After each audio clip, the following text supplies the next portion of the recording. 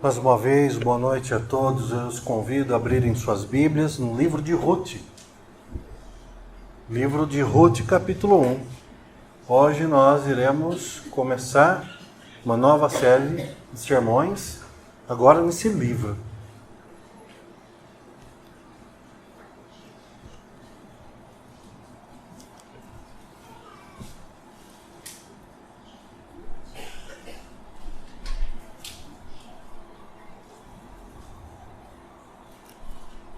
Convido-os a fazerem a leitura comigo no livro de Ruth, capítulo 1, do versículo 1 ao versículo 17.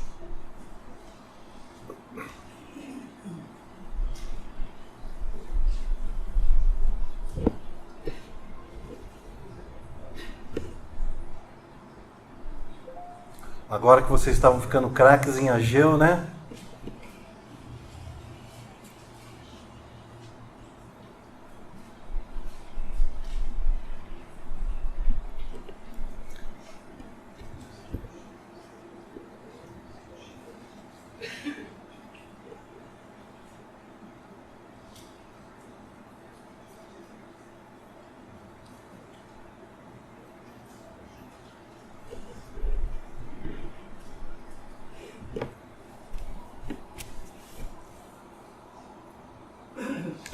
A palavra do Senhor diz assim: Na época dos juízes houve fome na terra.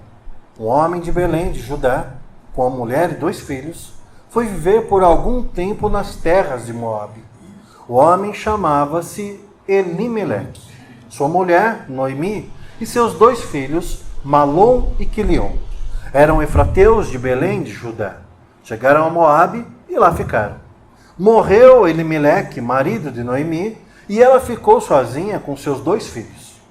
Eles se casaram com mulheres moabitas, uma chamada Orfa e a outra Ruth.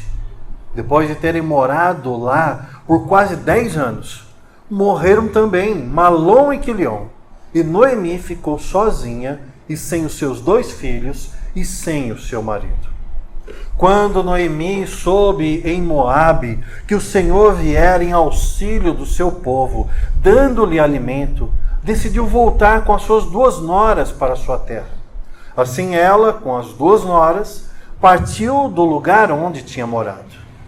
Enquanto voltavam para a terra de Judá, disse-lhes Noemi: Vão, retornem para a casa de suas mães, que o Senhor seja leal com vocês, como vocês foram leais com os falecidos e comigo. O Senhor conceda que cada uma de vocês encontre segurança no lar do outro marido. Então deu-lhes beijos de despedida. Mas elas começaram a chorar alto e lhes disseram: Não, voltaremos com você para junto do seu povo.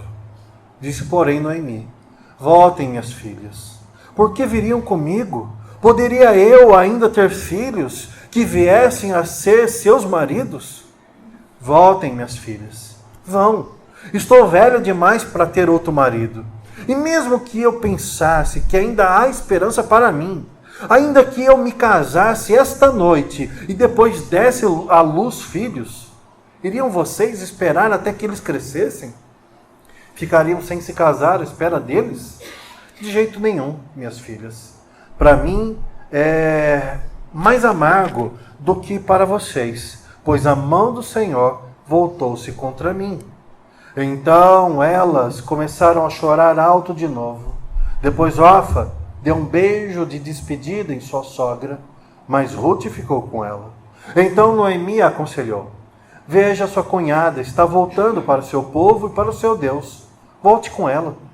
Ruth, porém, respondeu: Não insistas comigo que te deixe e que não mais te acompanhe. Aonde fores, irei. Onde ficares, ficarei. O teu povo será o meu povo, e o teu Deus será o meu Deus.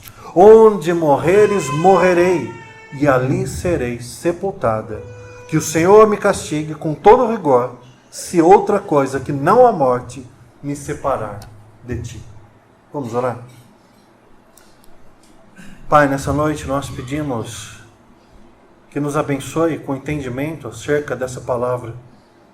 que o Teu Santo Espírito nos ilumine, nos capacite, nos dê esse entendimento que é tão necessário.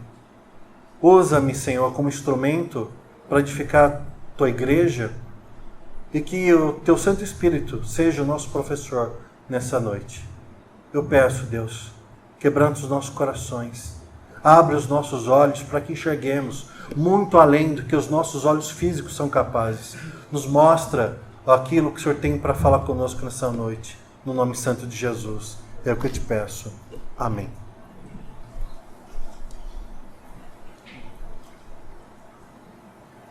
A história de Ruth. 2 modelos de relacionamento. Hoje não vou entrar no texto, expor o texto exatamente, mas acredito ser necessário fazer uma introdução para que consigamos, ao longo dos próximos sermões, abstrair essa riqueza que a palavra de Deus nos apresenta nesse livro maravilhoso. Então, a efeito de introdução, eu gostaria de fazer aqui uma pergunta para vocês. Alguém presente aqui nessa igreja agora, já ocorreu de se perguntar como deve viver seus relacionamentos? A maneira como você vive, como você se relaciona com as pessoas, já te incomodou alguma vez? Especialmente você sendo um cristão e tendo as Sagradas Escrituras como parâmetro acerca de relacionamento? Eu acredito que sim. Mas a tragédia dos relacionamentos é que sempre há uma outra pessoa. Além de nós mesmos, esse é o problema. O problema sempre são outros, nunca somos nós. Por exemplo, falas como: olha como minha esposa me tratou depois de tudo que fiz para ela. Consertei todos os reparos necessários na casa, eu fiz todo o trabalho pesado e ela não me agradece de jeito nenhum. Ou um irmão vira para o outro e diz assim: você, hein? Que belo irmão que você é, hein? Que bela irmã. Foi contar para o papai e para a mamãe o que eu fiz de errado. Que belo irmão. Ou então a esposa, no final do dia, o marido chega, largadão no sofá, assistindo lá a TV, ela vira para ele e fala: eu fiquei o dia inteiro me acabando de trabalhar, você chega em casa, você se acha no direito de descansar todo bonitão? Injustiça. E aquele que está no sofá está pensando consigo mesmo: porque ela não sabe que eu passei no trabalho, eu sou um homem que trabalha demais, muito. E sabe quem foi promovido hoje? Aquele puxa-saco do cara lá do meu lado, que não trabalha metade do que eu trabalho. Perceberam? Os nossos pensamentos geralmente retratam a imagem que nós temos de nós mesmos. E como é essa imagem? Quem nós somos nas nossas histórias? Nós somos quem? Os heróis. Ou vítimas. Eu trabalho. Eu conserto. Eu faço. Eu. E quando eu, o herói, não sou adorado, então eu me vitimizo. Por quê? Porque se eu sofri porque algum vilão, alguma pessoa horrorosa fez mal para mim. Infelizmente, essa é a imagem que nós temos de nós mesmos. É uma imagem que não é real. Não é real. Sabe por quê? Tem muitos filtros. O resultado é sempre para melhor, nunca para pior. Em nossos corações, nós sempre somos o quê? Os melhores. E aí, olha só. Mais justos nós somos do que as outras pessoas. Nós somos mais legais. Nós somos mais compreensíveis, mais amáveis, mais sábios, mais bonitos, mais misericordiosos, mais trabalhadores, mais vítimas. Mais. Tudo que se refere a nós é mais, nunca menos. A discrepância entre o que somos e o que pensamos que somos fica evidente onde? Justamente nos nossos relacionamentos. Por isso que é tão difícil o crente pregar para familiares e amigos íntimos. Por quê? Alguns, até com cinismos, poderão dizer, pastor, aqui tem um versículo da Bíblia que diz que o profeta não tem honra em sua própria casa. Mas será que é a questão de honra? Ou será que em casa? Será que são nos relacionamentos mais próximos que nós não somos capazes de esconder aquilo que realmente somos? Menos, não mais. Vilões, muitas vezes, não heróis ou vítimas. Eu recebi agora, de presente, um livro do pastor Augusto Nicodemos, uma jovem trouxe para mim do Encontro da Fiel. E ele conta lá, vou parafrasear um trecho do livro, ele conta que num dia, um pastor na EBD estava ensinando a igreja, e todo animado, e falando, e explicando, e ensinando, e exortando, e de repente a esposa do pastor se levantou, virou para a igreja e disse: irmãos, ouçam o que ele está falando, mas não façam o que ele faz na vida cotidiana. Relacionamentos. É claro que ela se levantou com muito ressentimento, pois aquele homem não pregava a verdade dentro de casa. Relacionamentos são difíceis mesmo. O livro de Ruth fala sobre relacionamento. Mas, a princípio, eu gostaria de apresentar para vocês 2 tipos de relacionamentos. Um, que eu quero falar hoje, é sobre a vida em aliança. É um estilo de vida que leva a um aprofundamento em nossos relacionamentos, como pais, como cônjuges, como filhos, como trabalhadores, como amigos, como irmãos em Cristo. É uma aliança em termos horizontais. O nosso exemplo máximo, claro, é Jesus Cristo. Jesus, em muitas passagens, mostrou uma outra forma de relacionamento com o nosso próximo, cujo padrão não era troca mútua de benefícios. Lembra da parábola do filho pródigo? Lá em Lucas 15, naquele relacionamento, o filho mais novo exigiu do seu pai uma parte da herança. E foi viver como bem entendesse. Gastou toda sua herança com uma vida ímpia, mundana mesmo, cercada de pessoas que se beneficiaram da sua insensatez. Anos depois, vivendo já na miséria, sem qualquer benefício das suas amizades, entre aspas, ele volta para a casa do pai. De que maneira? Humilhado, disposto a trabalhar como um empregado comum na fazenda do seu pai. Ele praticamente disse assim: pai, o senhor está demorando para morrer, e eu quero minha parte da herança. Ele faz isso, gasta tudo com bobagem. E quando volta, como o pai o recebe? Vem cá, agora eu vou falar o quê? Eu te avisei. Vem cá, senta aqui. O que você fez? Tá certo? Você foi sábio? Ou você merece pegar o pior trabalho da fazenda. Eu não sei qual que é o pior trabalho da fazenda, mas deve ter coisa muito ruim. Vai limpar o cocô do cavalo, não sei.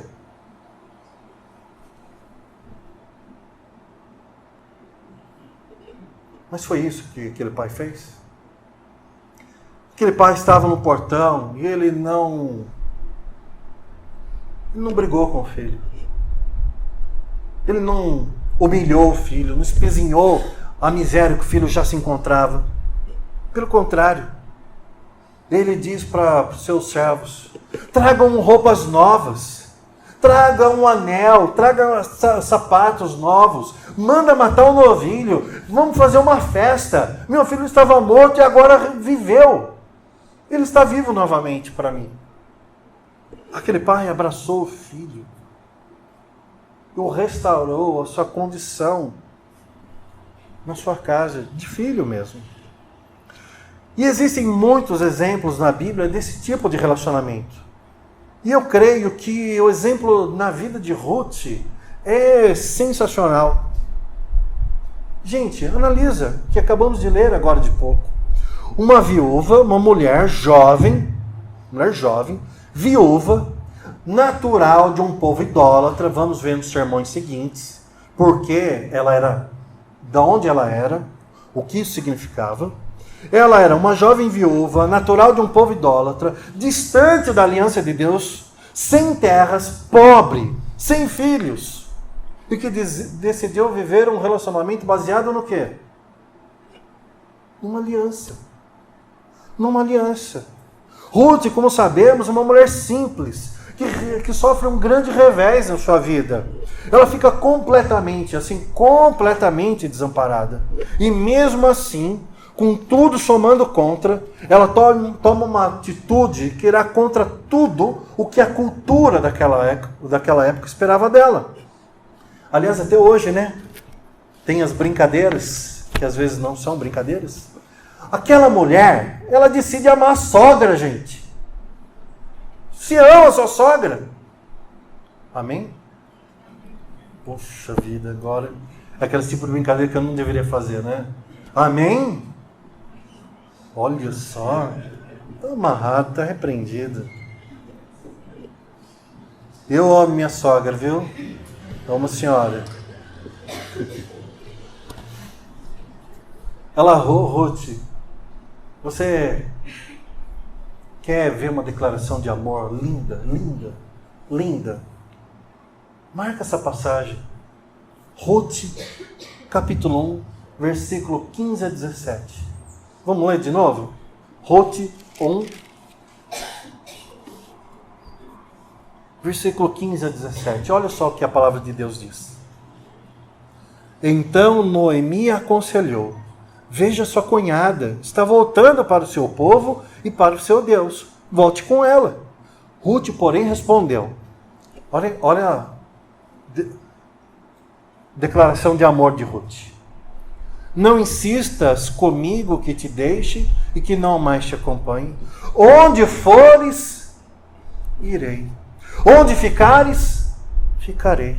O teu povo será o meu povo e o teu Deus será o meu Deus. Onde morreres, morrerei e ali serei sepultada. Que o Senhor me castigue com todo rigor, se outra coisa que não a morte me separar de ti. Olha aqui, declaração de amor que Ruth fez para sua sogra. É tão surpreendente a sua decisão e os termos de sua aliança que o Senhor abençoou Ruth ao ponto de fazer da genealogia dela a vinda de Cristo. A genealogia de Cristo se passa através dessa mulher Ruth. Mas para entender quão impressionante, tão sublime essa decisão de Ruth, que hoje não veremos, é necessário entendermos a cultura da época em que ela viveu e como eram os relacionamentos naquela época. Hoje eu quero tratar de dois modelos de relacionamentos que existem e é tão relevante. Esse texto, muito do que eu vou falar aqui, não é da minha cabeça, mas eu recebi através do nosso irmão Kelson Mota, que veio nos visitar, e ele compartilhou um pouco comigo de uma exposição que ele já fez lá em Manaus, desse texto. E eu quero compartilhar com vocês nessa noite. E ele apresentou dois modelos de relacionamento que eu achei sensacional e eu quero aqui replicar. primeiro modelo é o modelo contratual. Talvez isso daí nenhuma dificuldade, todos nós sabemos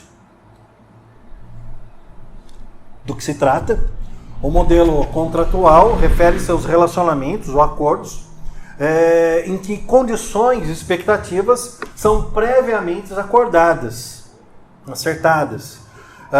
E lógico que a gente espera que a outra parte cumpra, senão com certeza tem uma cláusula ali de punição. Algo do tipo, olha, se você fizer isso por mim, eu farei isso por você. A gente vê isso muito em contratos comerciais. Então você vai contratar um pedreiro, aí você diz, olha, eu quero que você construa isso. O pedreiro fala, olha, eu construo para você, mas eu quero X em dinheiro. Aí você vira para o pedreiro e fala, mas eu quero que você faça isso dessa maneira, desse jeito. E aí tudo é acordado e ali é combinado que em 3 semanas estará pronto o serviço. E 3 semanas depois, o pedreiro não apareceu mais, geralmente, né? Mas a gente espera que ele apareça e conclua o serviço. Brincadeira, os irmãos que é pedreiro, tá bom? Brincadeira, mais ou menos. Mas a gente espera. E a gente espera nesses contratos que sejamos bem atendidos. Por exemplo, a gente vai no médico. Dependendo do tipo de médico, você entra, ele está abaixado ali, com os olhos abaixados no teclado do computador, e ele pergunta, Nobre, tal, o que você tem? Tal. Ah, doutor, eu acho que eu sinto isso, eu sinto aquilo. Toma isso, isso, é virose. Aí você, eu acho que eu não gostei muito desse atendimento. O que você faz? Você vai atrás de um outro médico, porque não foi bacana. Você esperava, você tinha uma expectativa diferente. Que ele fosse te examinar, que ele fosse escutar o seu pulmão, ver o teu coração, eu não sei. Você não fica satisfeito. Você vai lá e procura outro. E a gente vai fazendo isso com pedreiro, advogado. A gente faz isso com funcionário. A gente faz isso com todos os tipos de serviços. O problema é que esse tipo de contrato, ele vai acabando criando em nosso coração uma maneira de pensar que não deve ser aplicada em tudo que vivemos. Principalmente nos nossos relacionamentos mais íntimos. Por quê? Porque esse tipo de contrato, modelo contratual, ele vai dizer o seguinte, se você fizer isso por mim, eu vou fazer isso por você. Ou se você, por exemplo, se você me amar, eu te amarei e seremos felizes. Se você quiser continuar sendo minha amiga, fica comigo na hora do recreio. Não me deixa sozinha, senão eu arrumo outra amiga. Ou então, enquanto você me obedecer, eu vou te proteger e dar tudo que você precisar. A partir do momento que você não fizer o que eu mandar, eu não cuido mais de você. O perigo desse tipo de relacionamento contratual é que alimenta nossas almas o narcisismo, onde eu sou o centro das atenções. E todos devem prestar atenção em mim. E o hedonismo, onde todas as coisas e pessoas existem para quê? Para fazer o bem para mim. Fazer o meu prazer. E se alguém não corresponde ao meu narcisismo e ao meu hedonismo, eu pulo fora. Eu vou buscar em outra pessoa alguém que atenda às minhas demandas. O narcisismo e o hedonismo nos leva a buscar relacionamentos utilitaristas. O que significa? Significa que enquanto funcionar, enquanto for útil, enquanto servir aos meus interesses, eu estou junto com você. Mas a partir do momento que você não for mais interessante para mim, eu caio fora, eu me afasto de você, eu descarto você. E é interessante que esse narcisismo, esse hedonismo e esses relacionamentos utilitaristas, eles envolvem ali uma palavra que é muito comum. enquanto me fizer sentir especial, enquanto eu me sentir bem e me der prazer, enquanto for útil para mim, eu estou dentro. Senão, eu caio fora. Enquanto eu vou me dedicar ao meu filho, enquanto o quê? Enquanto ele for um bom aluno, enquanto ele corresponder às minhas expectativas, enquanto ele for obediente, enquanto procurar me imitar. E nos casamentos? Eu estou disposto a me dedicar ao meu cônjuge. Enquanto o quê? Enquanto ele me amar. Enquanto ele me fizer feliz, enquanto ele me der prazer. Enquanto ele corresponder ao que eu quero. E no trabalho? No mundo corporativo? Estou disposto a te ajudar no trabalho. Enquanto você não me der uma rasteira, enquanto você continuar me elogiando para o chefe, enquanto você cobrir as minhas faltas, eu quero ser seu amigo. Quero. Enquanto o quê? Enquanto vocês me agradarem. Enquanto vocês me prestigiarem, enquanto continuarem concordando com tudo que eu digo. Mas o dia que vocês falarem, pastor, eu não concordo com o que você está falando, eu falar, não sou mais seu amigo, não.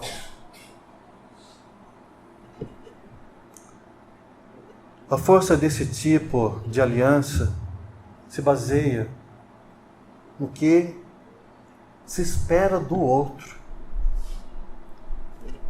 E o problema é que o ser humano está longe de ser perfeito. Mas muito longe. Isso traz uma propensão à ruptura de relacionamento. Uma vez que eu penso em mim mesmo e busco satisfazer aquilo que me agrada, eu tenho o outro, que geralmente pensa a mesma coisa. E o conflito, o choque de realidade, é inevitável. Por isso os relacionamentos, eles são eternos enquanto duram. E geralmente dura pouco. Porque nós sempre buscamos alguém que cumpra com as nossas expectativas. Você tem algum relacionamento do tipo contratual? Muitos casamentos são mantidos simplesmente pela força do contrato. São relacionamentos superficiais, frágeis. Sabe por quê? Porque lá no começo, lá nos votos, no dia do casamento, em que eles vão se declarar diante de Deus e dos jovens, muito jovem apaixonado diz: eu te amo tanto, você é meu tudo, você me faz feliz. Bonito, né? Bonito. Daqui a pouco tem casamento, não vai copiar não, tá? Ctrl+C, Ctrl+V, viu, Luan? Mas bonito, não é verdade? Você me faz feliz, eu te amo tanto, você é meu tudo, você me faz feliz. Mas esse tipo de pessoa que pensa de maneira contratual, na verdade está dizendo o quê? Eu amo você somente porque você me faz feliz. Enquanto eu for feliz, eu vou te amar. A motivação desse amor é centrada no ego, no bem-estar da pessoa, na felicidade daquela pessoa em primeiro lugar. Por que você quer se casar? Porque eu quero ser feliz. Que aí, acabou. Já começou ruim. Já começou ruim. É o tipo de modelo contratual. Esse tipo de relacionamento, ele dura pouco. Mas existe um segundo modelo. O modelo baseado na aliança do amor incondicional. Esse é totalmente diferente. Esse o mundo não compreende, as pessoas não conseguem conceber porque o pecado oblitera a visão das pessoas e elas não são capazes de perceber que isso é possível. Meus amados, o Senhor Deus não nos ama porque Deus é legal, ou porque você é legal, ou porque você é bonzinho. Nós somos bonzinhos. Deus não nos ama porque somos perfeitos, ou porque fizemos algo muito especial para Ele nos amar. Não. Não foi uma vida bondosa, misericordiosa, santa, que levou Jesus a morrer na cruz do Calvário. Não foi. Ele nos ama porque Ele escolheu nos amar, mesmo com todas as dificuldades que tal amor traria para Ele. Ele escolheu nos amar e Ele não impôs condições prévias quando decidiu nos amar. Pelo contrário, abram lá em Romanos capítulo 5, por favor. Romanos capítulo 5.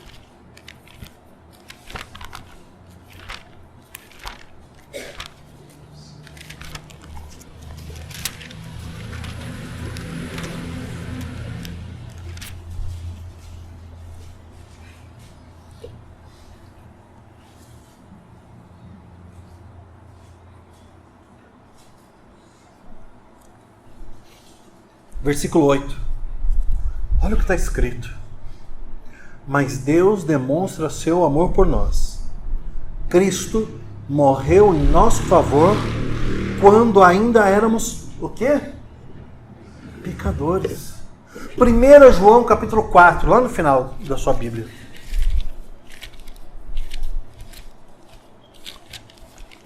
João capítulo 4, versículos 9 e 10.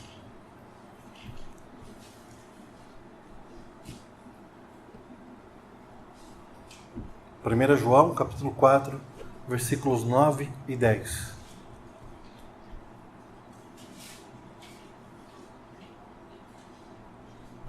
Foi assim que Deus manifestou o seu amor entre nós.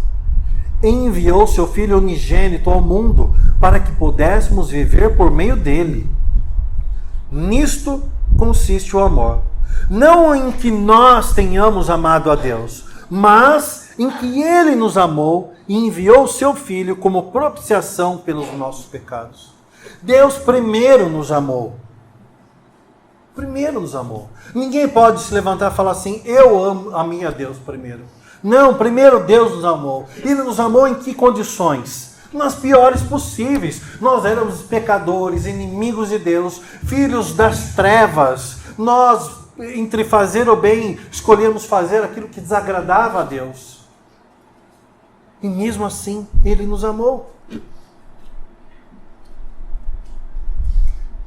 Vocês percebem que nesses versículos não tem condições do tipo, se você for bom, então eu vou te amar e vou te salvar? Não tem. Ou, enquanto você fizer o que me agrada, eu vou morrer na cruz por você? Não tem. Mas do contrário. É um amor que vai além do que nós podemos oferecer. O amor de Deus não é contratual, não segue o estilo do mundo.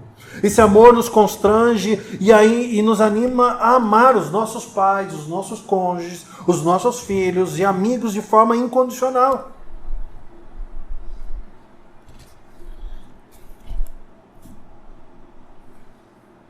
Não é o ideal falar da família da gente no púlpito, né? Porque dá uma ansiedade, gera uma ansiedade neles muito grande. Tipo assim, o que meu pai vai falar de mim? Mas eu me lembro, quando eram crianças, foi com o Lucas. Eu não me lembro muito bem o que era. Acho que era o primeiro computador que eu ia dar para ele, uma coisa assim muito importante, especial para ele. E ele fez uma coisa muito ruim. Ele fez uma coisa, sabe, muito ruim. Ele desobedeceu, enfim. Sabe aquele tipo de coisa que merece uma boa correção? E o fato é que, no final do dia, eu cheguei com o computador, ele olhou para aquele computador, olhinho totalmente sem esperança, tipo assim, Já era, não vou ganhar. E eu coloquei o computador na mesa, depois cheguei do trabalho, conversei com ele. Aquele falou, olha, aconteceu assim, assim, assim, assim, assim, assim. Ele já estava esperando receber uma correção. E eu tive uma conversa muito séria com ele. Sobre o pecado que ele tinha cometido. E expliquei para ele as consequências do pecado. Mas o que mais me chamou a atenção não foi o que eu falei, o que aconteceu, o que ele aprontou. O que marcou para mim foi o que ele disse para mim. Depois que eu falei para ele, filho, esse computador é para você. Ele olhou para mim tipo assim, incrédulo, e virou para mim e falou assim, pai, mas eu vou ganhar mesmo assim? Mesmo assim eu vou ganhar o computador? Depois do que eu fiz? E eu falei para ele, filho, meu amor por você não está associado ao que você faz, mas ao que você é. Você é o meu filho. Você compreendeu o que você fez de errado? Sim. Se arrepende? Sim. Então uma coisa não tem nada a ver com a outra. O amor não pode ser contratual. Eu vou amar você e eu vou cuidar de você e eu vou beneficiar você a partir do momento que você me deixa feliz. Não. Muitas vezes a gente vai ser machucado, desafiado. E em contrapartida, nós devemos amar incondicionalmente. Incondicionalmente, a palavra já diz, sem condição, sem uma cláusula, sem uma contrapartida.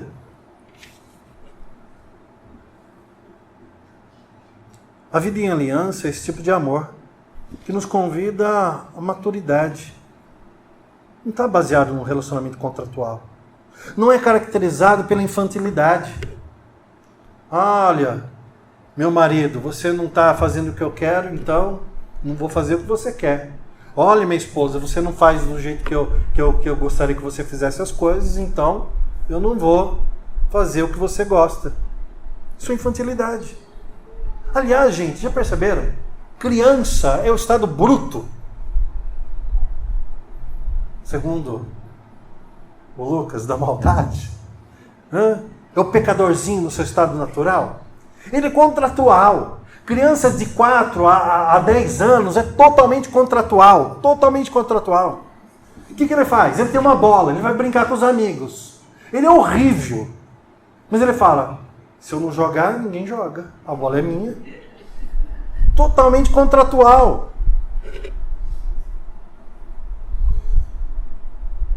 Sempre é uma moeda de troca. E os pais são bobos, que caem nessa conversa. Come, bebê, come a beterraba. Se você comer a beterraba, você joga videogame. Você percebe? Se você obedecer o papai e a mamãe, você passeia no parque ecológico. Se você comer aqui o arroz e o feijão, você ganha o doce de sobremesa. É tudo contratual. Aí um belo dia, você está lá e tem que dar uma comida para a criança que ela precisa comer e ela fala, não, isso eu não gosto. Isso eu não gosto. E aí, ela não tem o que ela quer, o que ela te dá? Um choro. Choro. Graças a Deus, Jesus já passou esse cálice de mim. Eu nem passo mais em frente a rap no shopping. Não passo. Porque lá é a vitrine do inferno para os pais que não são cristãos. É horroroso. A criança entra, ela fala, eu quero. Aí o pai fala, isso eu não posso. Ela se joga no chão, eu quero, eu não posso. Ela, eu quero. E aí você vê a mãe ficando lívida, assim, pálida, querendo arrumar um buraco para entrar. Ou então, Vai dando, vai dando, vai dando, vai dando. Totalmente contratual. O que significa? Um relacionamento infantil. Infantil, por quê? Porque é egoísta, é utilitário. Papai, mamãe, você quer ficar feliz comigo? Então me dê o boneco que eu quero. Papai, mamãe, quer ficar feliz comigo? Me dê o doce que eu quero. Papai, mamãe, quer ficar feliz comigo? Me deixa assistir o desenho que eu quero. Me deixa dormir na hora que eu quiser. Se não, eu trago o inferno na vida de vocês. Eu choro. O problema é que existem adultos que agem de maneira infantis em seus relacionamentos. Continuam contratuais com criancinhas mimadas. São como crianças que recebem um pão com geleia, sabe? Aí lambe só a geleia. Joga o pão fora. O problema é que esse exemplo ali é bem tosco, pois na verdade esses adultos infantis, eles dispensam seus cônjuges, eles afastam seus filhos, eles afastam seus pais, eles se afastam da igreja, eles se afastam de Deus. Por quê? Porque papai e mamãe não me deixam ir na festa, voltar às 5 horas da manhã bêbado. Oh, que pai e mãe terrível. Por quê? Porque meu marido, minha esposa, não faz tudo o que eu quero, na hora que eu quero, do jeito que eu quero. Não me faz feliz. Onde já se viu? Querer que eu colabore na tarefa de casa, sendo que eu posso jogar uma partida de videogame? Notem que quando crescemos, o amor incondicional deve ser a nossa base. Nossa base. Isso não acontece do dia para a noite, não é de repente. Nesse modelo de relacionamento, não tem barganha. A única coisa que nós devemos uns aos outros é o amor. Dito isso, a vida de Ruth, meus irmãos, é um dos melhores exemplos de como se construir relacionamentos baseados em alianças de amor. Mas, para que você ainda fique mais fã de Ruth, ainda que você olhe ela com ainda mais valor, é necessário que você compreenda o contexto em que ela vivia. Ruth viveu numa época marcada justamente por relacionamentos marcados por individualismo, hedonismo e utilitarismo. Não era melhor do que é hoje, não. Lá no primeiro versículo de Ruth 1:1, é declarado que Ruth viveu na época dos juízes. Então lá, antes de Ruth, você pode ver aqui na sua Bíblia, tem o quê? Ó, vira uma página. Tem o livro de Juízes, certo? Agora, abra lá em Juízes, capítulo 17. Só para você entender o que eu quero dizer. Juízes 17.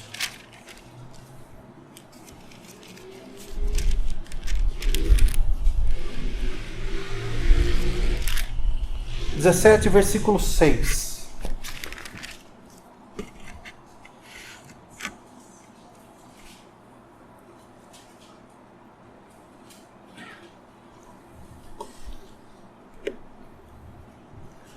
Naquela época, não havia rei em Israel. Cada um fazia o que lhe parecia certo. Para e pensa. Não havia rei em Israel. Cada um fazia o que lhe parecia certo.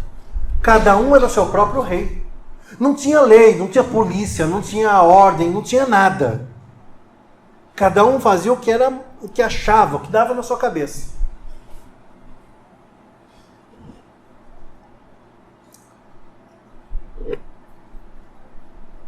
Juízes, capítulo 2.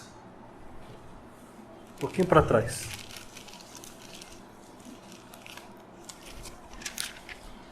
Possivelmente estava desse jeito. Juízes capítulo 2, versículo 8. Vamos ver como estava espiritualmente. Josué, filho de Num, servo do Senhor, morreu com a idade de 110 anos. Foi sepultado na terra de sua herança, em Timnat-Heres, nos montes de Efraim, ao norte do Monte Gaás. Depois de toda aquela geração, foi reunida a seus antepassados. Surgiu então uma nova geração que não conhecia o Senhor, o que ele havia feito e o que ele havia feito por Israel. Então os israelitas fizeram o que o Senhor reprovava e prestaram culto aos Baalins. Abandonaram o Senhor, o Deus dos seus antepassados, que os havia tirado do Egito. E seguiram quem?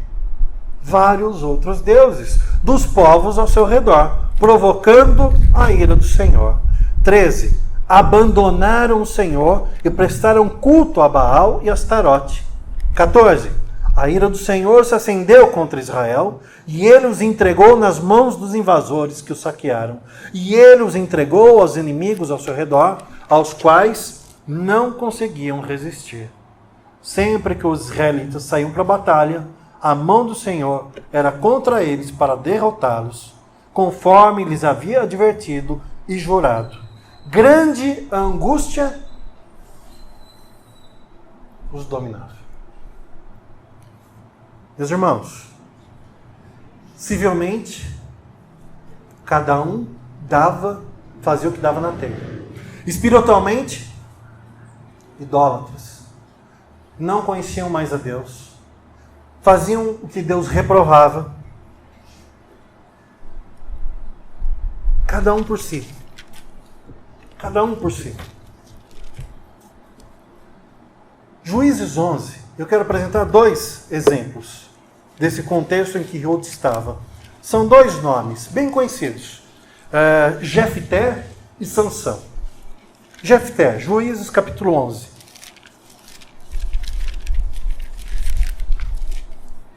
Versículo 30.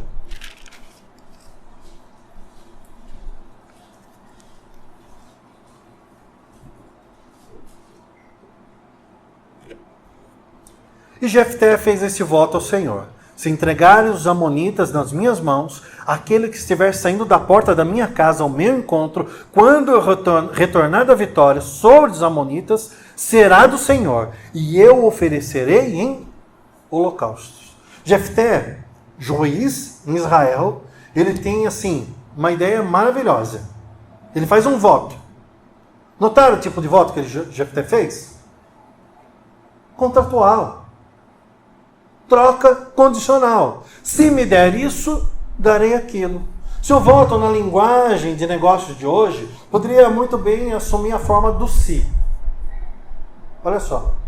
Se o Senhor me ajudar naquele grande negócio, fechar aquele contrato, se o Senhor me ajudar a comprar um apartamento ou uma casa maior, se o Senhor fizer que eu passe no vestibular daquela faculdade conceituada, se o Senhor fizer ela se apaixonar por mim, ela ou ele, se apaixonar por mim, se o Senhor me ajudar a ganhar na Mega Sena sozinho, né?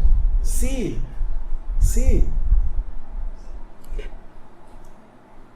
Deus me abençoar, eu vou para a igreja. Se Deus me tirar dessa cama de hospital, eu vou para a igreja. Se Deus curar a doença do meu filho, eu vou para a igreja. Se Deus me der condições financeiras, eu contribuo em missões. Se. Percebe? Totalmente contratual. O problema é que tem um custo. Todo se tem um custo. E esse custo é sempre para um terceiro. No caso de Jefté, era a própria filha. Depois leia um texto em casa. Ele fala: Deus, me dá a vitória sobre os meus inimigos. Quando eu voltar da guerra, a primeira pessoa que sair da minha casa para me receber, eu mato ela e dou para o Senhor em holocausto. Olha a loucura do cara. Ele volta para casa, está longe de casa, a filha abre a porta e fala, papai. Primeira pessoa que vê é a própria filha. Olha o custo. O que a menina tinha a ver com o negócio? O quê? O que a igreja tem a ver com as suas dificuldades pessoais, com a sua agenda corrida? O que tem a ver Deus com as demandas da sua vida? Eu sirvo a Deus se Deus antes me fizer alguma coisa que eu acho que mereço receber. Sansão, esse hedonista. Gente, Juízes 14.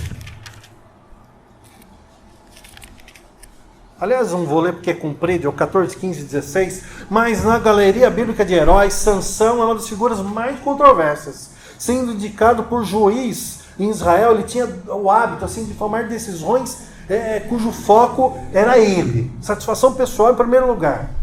Então a gente percebe o quê? Que ele se comportava como um adolescente. Sansão era um adolescente. Ele fazia o que dava na cabeça dele.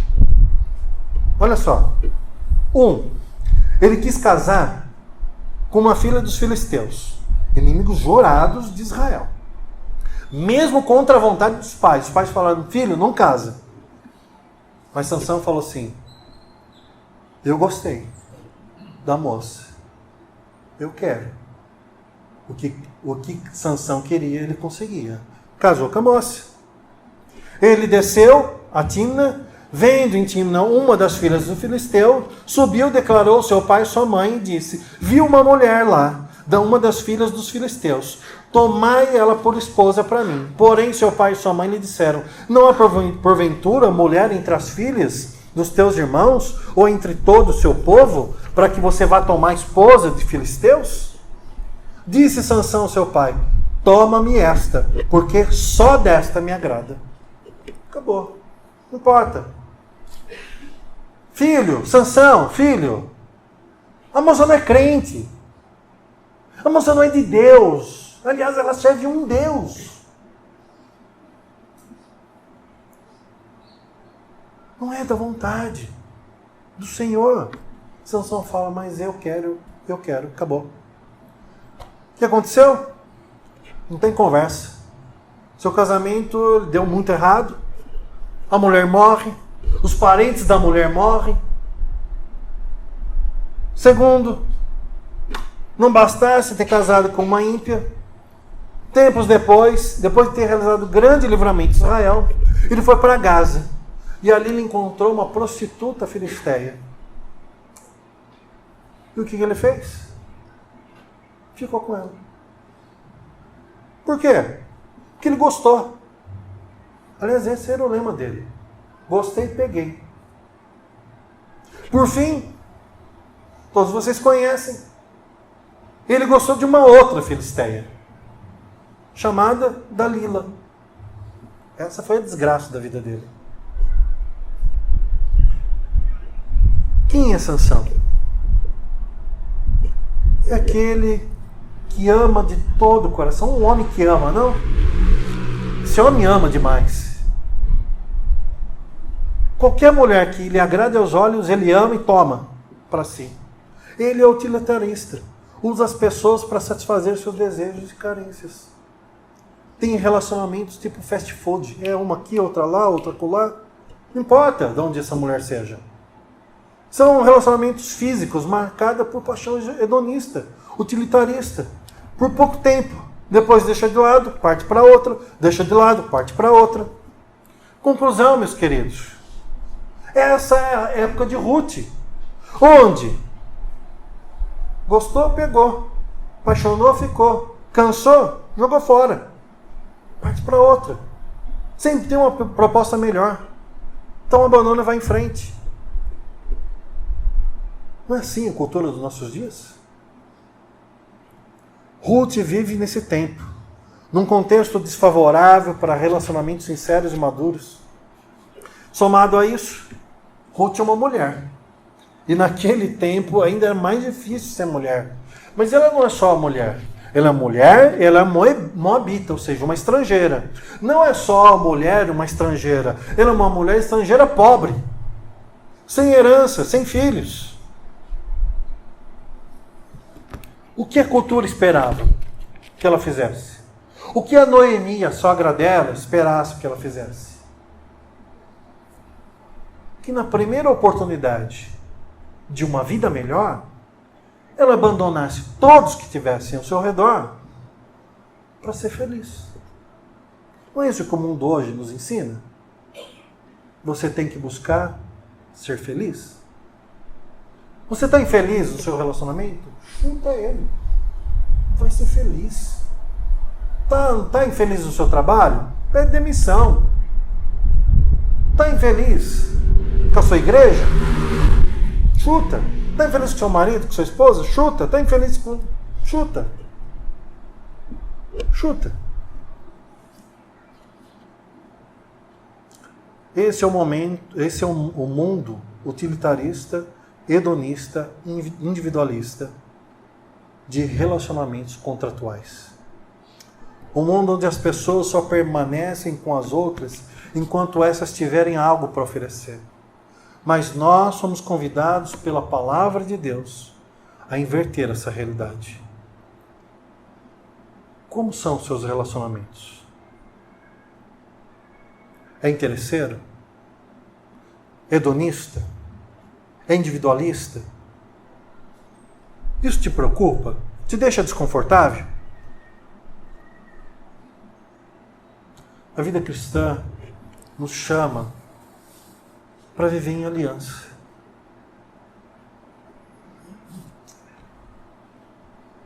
Deus nos amou incondicionalmente. E Ele faz isso todos os dias.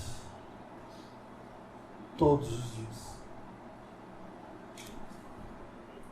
Se nós tivéssemos a capacidade de perdermos a nossa salvação baseado naquilo que nós fazemos, todos os dias a gente estaria correndo perigo de perder.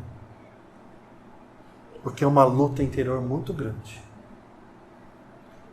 Mas eu convido você, nos próximos domingos, a retornar para ver esse espetáculo de mulher que foi Ruth.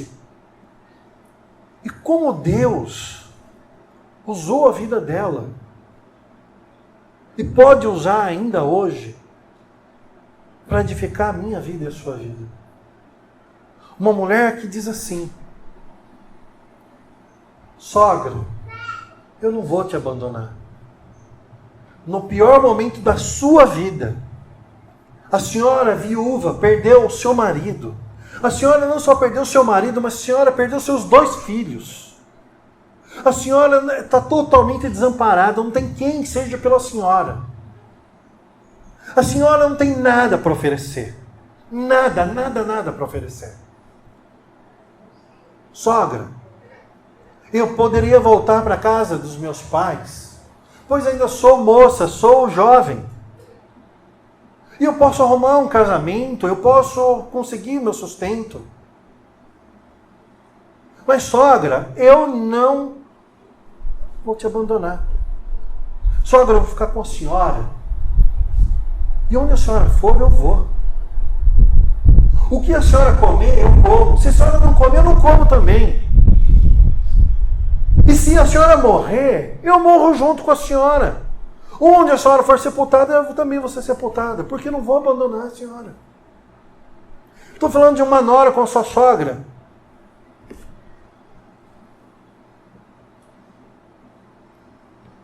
Mas olhe para os seus relacionamentos, meus irmãos. Será que nós não temos o que aprender com Ruth? Será que nos nossos relacionamentos nós fazemos o bem para as pessoas, medindo na proporção do bem que as pessoas fazem para nós? Será que nós nos aproximamos das pessoas enquanto elas são legais conosco, mas quando elas falam pra gente, olha, você está errado, eu não gosto, então me afasto dessa pessoa. Eu vou na casa da pessoa, enquanto a pessoa, ela me ofereceu um banquete. O dia que ela me oferecer água, eu já não vou mais na casa da pessoa. Eu vou ter relacionamento com você, eu quero que você se aproxime de mim, enquanto você encher minha bola e falar que eu sou a pessoa mais maravilhosa desse mundo. Mas a hora que você olhar para outra pessoa e falar que aquela pessoa é mais maravilhosa do que eu corto você da minha vida.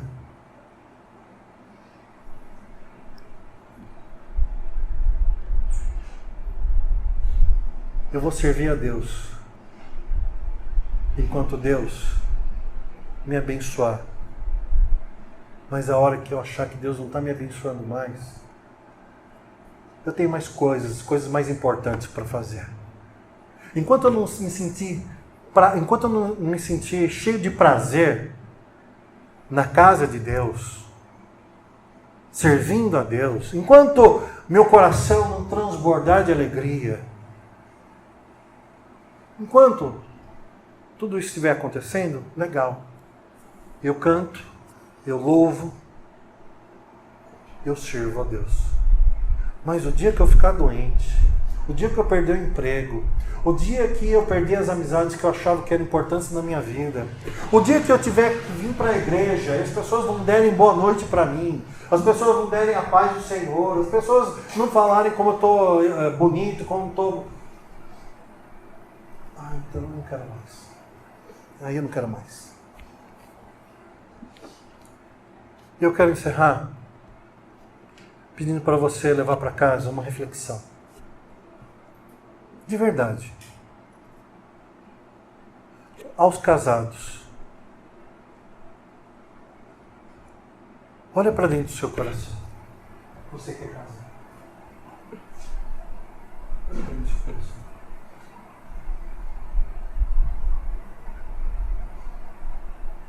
Você tem amado sua esposa? Você tem amado seu marido incondicionalmente? Ou você está frio, está fria com o seu cônjuge porque ele decepcionou você, ela decepcionou você? E você, o herói ou a vítima, diz: eu não merecia. E por isso, seu casamento está morno, ou frio.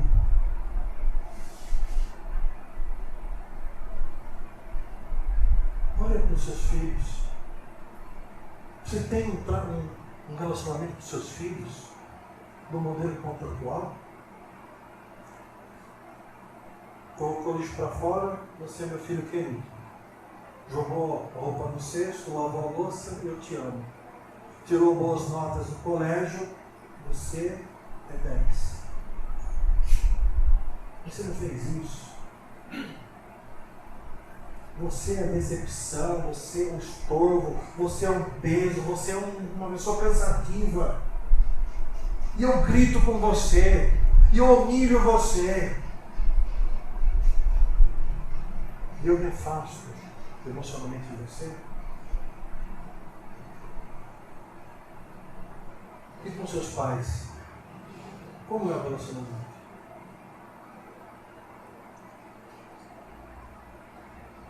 Como você trata seu pai e sua mãe? Eu trato como eles merecem.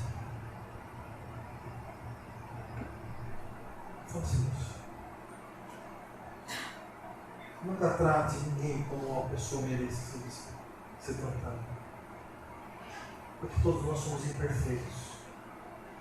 E uma coisa que você vai aprender quando for mais velho é que seus pais eram pecadores, como você é também. E eles aprenderam, não foi uma virada de chave, mas foi ao longo de uma vida. E lá na sua velhice, você vai perceber que muita da sua angústia e da sua tristeza com seus pais não era justificada. E muito do tratamento que você deu a eles na sua maturidade, vai ser motivo de vergonha para você.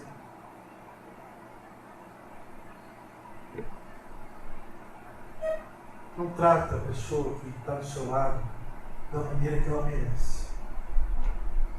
Invariavelmente ela vai merecer menos. Não trate a pessoa que está do seu lado da maneira que você acha, no seu coração, que a sua justiça te dá um entendimento que você deve tratar, porque sempre vai ser menos, porque você sempre vai se achar mais. Mas sempre trate seus relacionamentos como Deus trata você. Ele olhou hoje de manhã para você. Ele conheceu o teu coração. Ele sabe as intenções do seu coração. E eu tenho certeza que muito provavelmente, antes de você pisar aqui nessa igreja, nessa noite, você deve ter feito muitas coisas que não foram do agrado de Deus. Mas eu falo para você, quando você abriu sua boca para cantar, Ele recebeu o seu louvor. Quando você baixou sua cabeça para orar, Ele recebeu o teu clamor. E quando você for para a tua casa,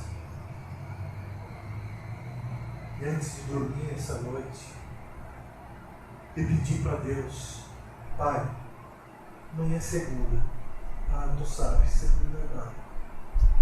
Me ajuda. Me ajuda essa semana. Ele não vai falar assim, seu ingrato, seu moleque, sua moleca, você foi lá, você falou o meu nome, você cantou, você abriu minha palavra, você levantou a mão para o alto, e depois você falou mal da sua irmã, você tratou mal do seu marido, você tratou mal do seu pai, você não é nada para pedir qualquer coisa para mim, seu cara de pau. Não vou te dar, aliás, eu vou te dar maldições. Já pensou? Não vai fazer. Não vai. Com um Pai amoroso que te ama incondicionalmente, Ele vai filtrar suas orações e falar, isso que você está pedindo vai fazer bem para você, eu não vou dar. Isso daqui que você está pedindo, eu vou dar. E tem coisas que você nem sabe que você precisa, eu vou acrescentar aqui e vou te dar. Eu vou cuidar de você. Eu vou te amar. Na segunda, mas vou te amar na terça também. Vou te amar na quarta, na quinta. No domingo, quando você voltar para me louvar e me buscar, eu vou te amar. E eu vou te amar até o último dia da sua vida nessa terra. E se tiver algum dia que você tiver dúvida do meu amor por você, volta 2 anos atrás. E olha para o Gólgota, olha para a cruz. Pois eu te amei antes da fundação do mundo e demonstrei na cruz do Calvário que eu vou te amar para sempre. Independente da sua capacidade de fazer o que eu quero que você faça. Mas sim, se você crescer, se você deixar de ser criança, meu filho, se você crescer um pouquinho, se você continuar nos meus caminhos, se você continuar orando, se você continuar louvando, se você continuar vindo à igreja, se você continuar me buscando, então você vai ter o prazer de fazer a minha vontade. E eu vou me alegrar muito mais de você. E você vai viver muito bem com você mesmo. Você não vai viver mais relacionamentos contratuais, mas relacionamentos de aliança, de amor, de perdão, de cuidado, de proximidade, não de rejeição e de abandono. Pois eu nunca vou te abandonar. Eu nunca vou deixar de te amar. Apesar do que você fez. A pergunta é, meus irmãos, quem nos ama desse jeito merece um amor contratual? Respondam durante a semana vocês mesmos. Convido-os a ficar em pé. Vamos orar. Pai, nos ajuda a viver contigo uma aliança. Nos ajuda a viver com os nossos irmãos, com os nossos amigos, parentes, com os nossos familiares. Uma aliança, não um contrato. Nós somos crianças, Deus, mimadas. Nós muitas vezes agimos de maneira muito infantil em nossos relacionamentos. Nos perdoa. Nos perdoa, Senhor. Transforma o nosso coração. Nos mostra que muitas vezes não somos heróis nem vítimas. Nós somos vilões. Tem misericórdia de nós, nos perdoa. Nos dá entendimento, Pai, para amar as pessoas como o Senhor nos amou. Nos ajuda. E mais do que isso, nos capacite a te amar, Senhor, da maneira que realmente o Senhor merece ser amado. De todo o coração, com toda a nossa alma, com todas as nossas forças. E apesar de tudo isso, ainda será um amor imperfeito, mas que seja de cada um de nós aqui uma tarefa árdua, que é buscar te amar como o Senhor nos amou. Eu peço isso em nome de Jesus. Amém. Que o amor do Pai, a redenção em Cristo Jesus e a comunhão do Espírito Santo esteja com cada um de vocês hoje e sempre. Amém. Deus os abençoe.